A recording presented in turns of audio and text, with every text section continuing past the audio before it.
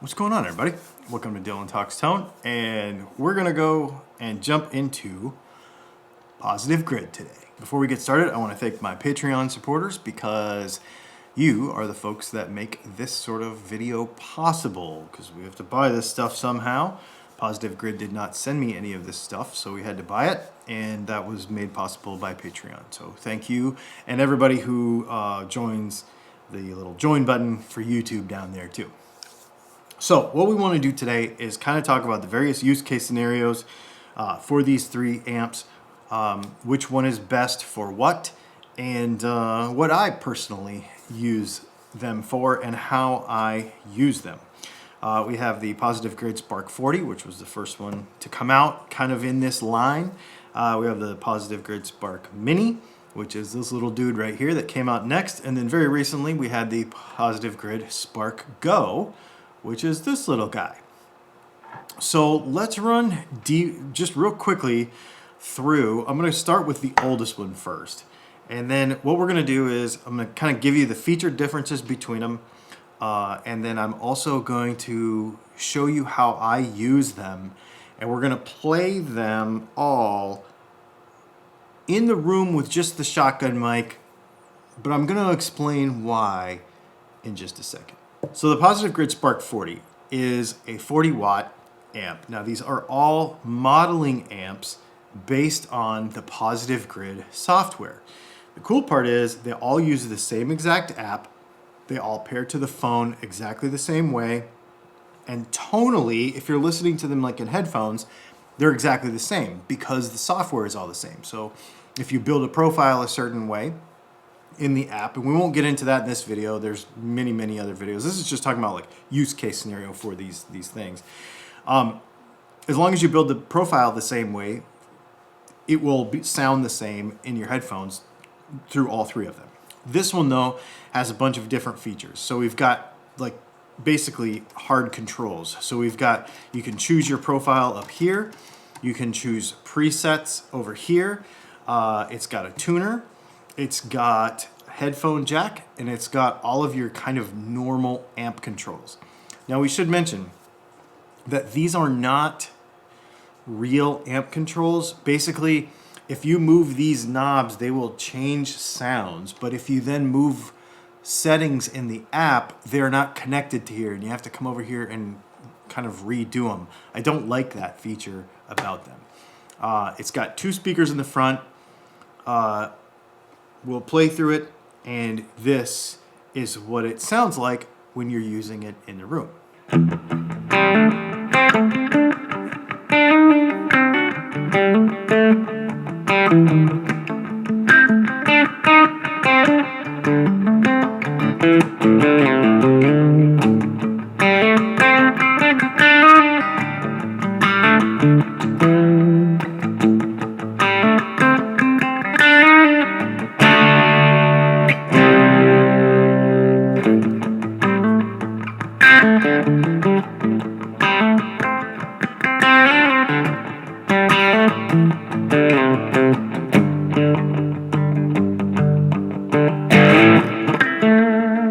Now, this amp I don't actually ever use. In fact, this particular one I just sold to a friend of mine, actually a Patreon patron, and I'm about to ship it out.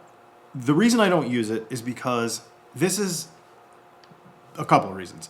One, I don't like the control set on here because I don't like how it's not connected. Some people don't, it's not bothered by that, but I don't like it. I have a Tone Master Princeton, and so I don't need another amp in the room. This is a great desktop amp. It's a great amp to maybe have underneath your end table or to have somewhere else. But here's the main reason I don't like it. It's not very portable. You have to have this big brick with the cable plugged into it in order for it to work. And so therefore it's just, it doesn't serve my purposes that a little practice amp needs to serve. So that's why I don't use it very often, if ever. I don't know that I've used it in probably over a year. This is the Spark Mini. Now this looks like it has a lot less features, but you compare it to the phone the same way. It's got aux in, headphone out, It's got USB in. One of the things that's better about this one is it's USB-C. That big old one's got the old USB, like a printer cable to plug it into your computer. Because all of these, actually, you can just plug into a computer and record direct out into like GarageBand or something.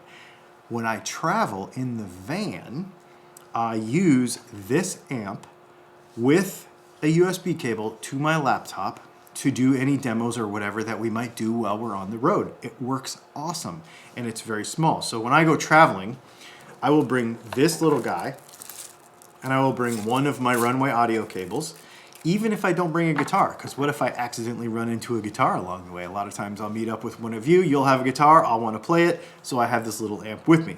So a lot of times that will happen, and that's how I use it. The other thing I use this for is for playing in the living room. So this is my coffee table, this is my couch. So I'll just be sitting here, I'll flip this guy around like this. You don't have to plug it in because it's wireless.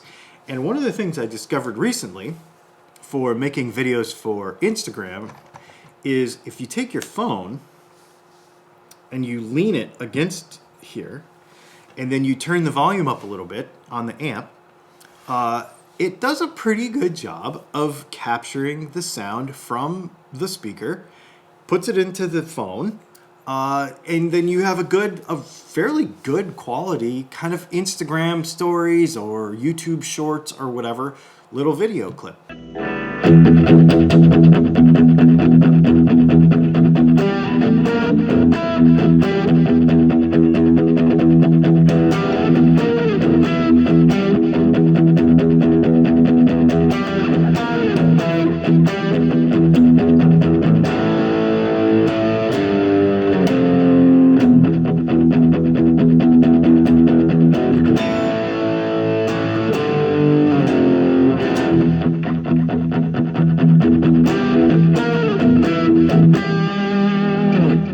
Couple things I really like about it is the way the speaker is laid out in here is it's on an angle, and then there's a woofer in the bottom, so it's very full range.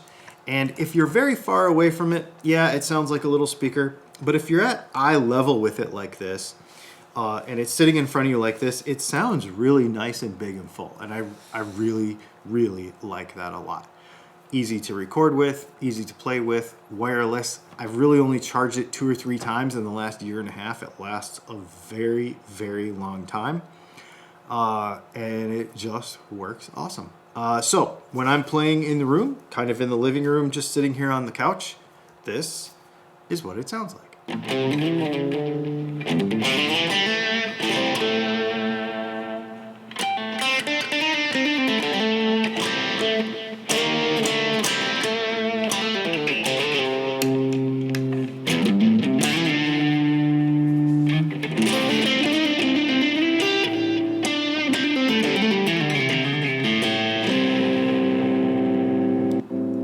Okay, now let's talk about the Spark Go.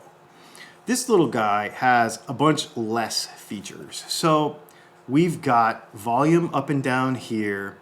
We've got music up and down, so if you wanted to like put music into it and play along with it, you can do music up and down independent of the volume control for your guitar. Normal 1/4-inch jack. There's a headphone jack here, and there's just one little button that clicks through 4 presets. And I'm gonna talk about the preset thing here in just a minute for both of these amps. It's also got the power button on the side, and it's got a USB-C as well. So you can have exactly the same tones out of all 3 amps, no matter their size, USB-C to your iPad to record with GarageBand, or into your laptop or whatever you want. You can use just this little guy, guitar cable, into your laptop and get the same tones. I think that is phenomenal. That's not how I use this one though. How I use this one is like this. I'll literally be sitting here on the couch, watching TV, whatever, hanging out, and this little guy right here just kind of sits on my knee, and I'll just be playing guitar, chilling, and whatever. This is my little practice lap amp. Does it sound like a stack of Marshalls? No. But when you just kind of have it sitting in your lap like this, you've got it plugged into your guitar, it's just your little personal lap amp, and you can have a couple of different profiles ready, and it's pretty awesome. And it sounds kind of, depending on where you're sitting in front of it, like this.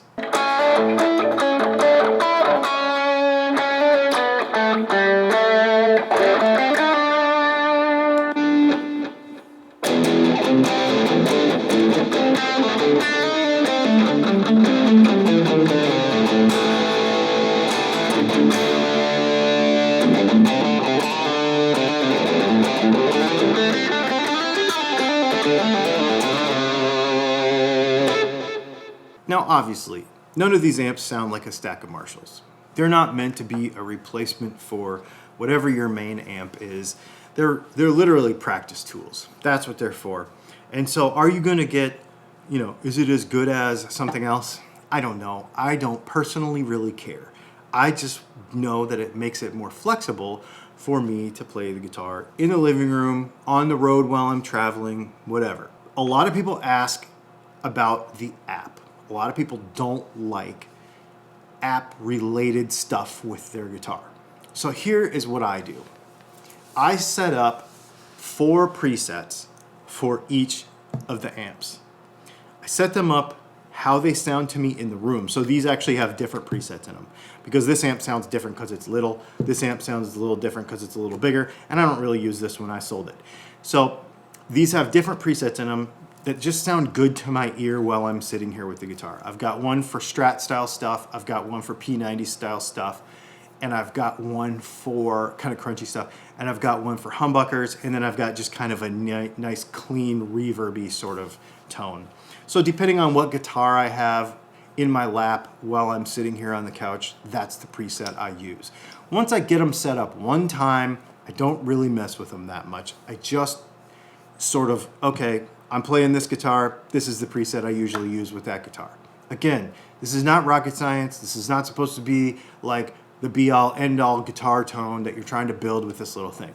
It's literally just to get you comfortable sitting on your couch to be able to play some more. At least that's how I use it. This one's got a couple of presets that we use to record, and this one is the one I typically use to sit on the couch. So don't worry so much about the various app features and all that stuff. Just get it sounding how you want, save it to the amps, and then don't worry about the app after that. I never pair it with the app anymore. The only extra feature I use in these a lot of times is the tuner, because it's got both of them have good tuners in them. So other than that, that's pretty much it. So anyway, there you go. These two are obviously my favorite. I have sold this one. I use both of these for different purposes, but this little guy has been getting a lot of use lately.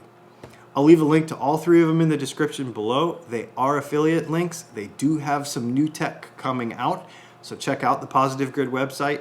If you have any questions about it, put it in the comments, and maybe we'll chat about it in our next podcast. Thanks for hanging out, and we will see you in the next video.